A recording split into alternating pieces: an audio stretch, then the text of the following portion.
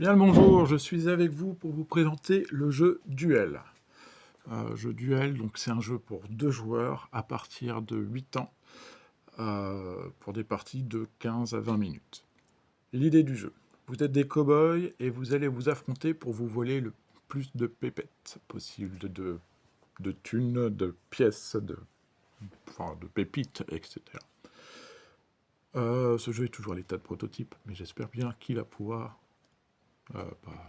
espérer de convaincre quelqu'un, je ne sais pas qui. L'idée du jeu, chaque joueur va posséder en main 6 balles. 6 balles, c'est-à-dire 6 cartes. Comme vous voyez sur les cartes, il y a un dessin de balles. Les 6 balles correspondant aux balles d'un barillet.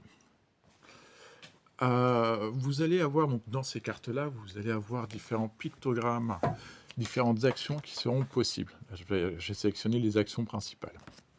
Donc en fonction des cartes que vous allez prendre, enfin que vous allez avoir en main, vous allez devoir choisir une carte parmi celles-ci que vous allez engager. L'idée d'engager, c'est que vous allez prendre une carte, vous allez la poser face cachée devant vous, et dès lors que votre adversaire a choisi une carte également et qu'il a engagé une balle, eh bien, à ce moment-là, il va y avoir le duel qui va se lancer. Comment ça se passe? Eh bien, en fonction de la carte que vous allez avoir choisie, eh bien, il se peut que vous ayez des secondes à compter.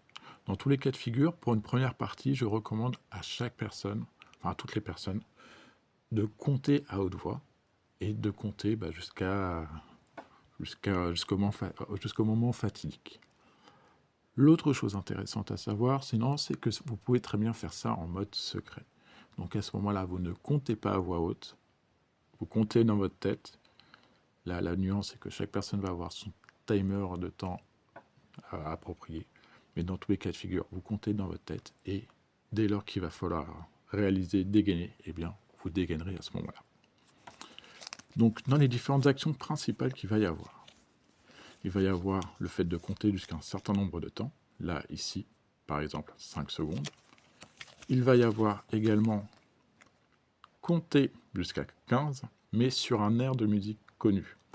L'idée, c'est un peu farfelu, parce que j'ai un côté un peu farfelu dans ma tête, mais l'idée, c'est qu'il va falloir donc trouver un air de musique, et puis remplacer les secondes par cette heure de musique, en comptant toujours 1, 2, 3, 4, 5, 6, etc., mais en remplaçant la rythmique par ces numéros.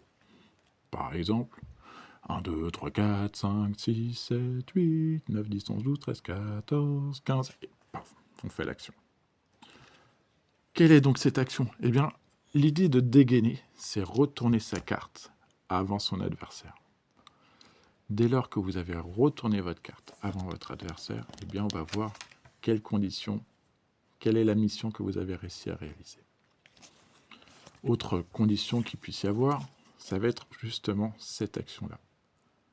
Cette action-là, le personnage qui vous braque, eh bien ça, c'est l'action de vraiment retourner juste avant son adversaire. Par exemple, imaginons, mon adversaire est sur le point de retourner sa carte, et bien moi, je vais plus vite que lui. Comme qui dirait Lucky Luke, qui tire plus vite que son ombre. Donc voilà, et dernière action possible, eh bien, vous allez avoir des cartes où il n'y a pas de contrainte. Là, c'est à vous de choisir à quel moment vous allez vouloir retourner cette carte-là. Est-ce que vous allez vouloir retourner en premier ou en deuxième? Donc, comme je viens de l'indiquer inconsciemment, en fonction du fait que vous ayez retourné en premier ou en deuxième votre carte, eh bien, il va y avoir une action à réaliser. En fonction des actions, eh bien, vous allez pouvoir soit voler des pièces à votre adversaire, soit voler des cartes, soit échanger. Enfin, vous allez avoir plein de choses différentes qui vont se passer. Petite précision, oui, j'ai oublié de préciser, je suis en train de donner l'explication pour le jeu de base. Car en même temps du jeu, il va y avoir aussi une extension qui est incluse dans le jeu. Donc voilà. Donc, quelles sont les deux façons différentes de gagner? Les deux façons différentes de gagner sont celles-ci. Soit lorsqu'un joueur n'a plus de cartes, car comme je vous l'ai dit, il est possible de voler des cartes à votre adversaire.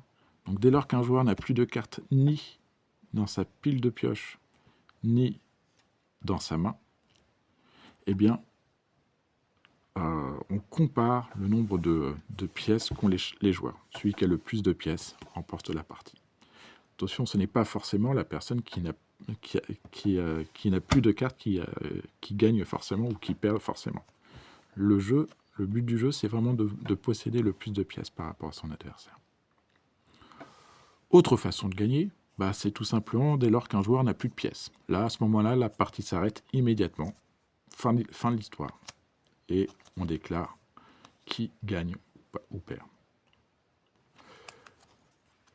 Donc voilà, c'est un jeu, donc comment expliquer, c'est un jeu fun, c'est un jeu avec de la tension, qui reprend assez facilement l'univers des westerns, les westerns spaghetti, les batailles de regard, etc. J'ose espérer qu'il est un peu original, enfin du moins les retours que j'ai vont vers ce sens. J'espère que vous qui regardez la vidéo aurez le plaisir d'y jouer. Et dans tous les cas de figure, à bientôt. Ah, et vous allez me dire, mais qu'est-ce que sont ces petites choses rouges là qu'on voit un peu partout là?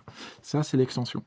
Car, eh bien, petite subtilité supplémentaire, il existe une extension dans le jeu dans laquelle on va pouvoir essayer de se voler, enfin pas se voler, on va pouvoir essayer de se mettre, donc excusez-moi pour le pictogramme, sur Canva ça marchait mieux, on va pouvoir essayer d'ajouter une petite tension supplémentaire, à savoir faire perdre des points de vie à son adversaire.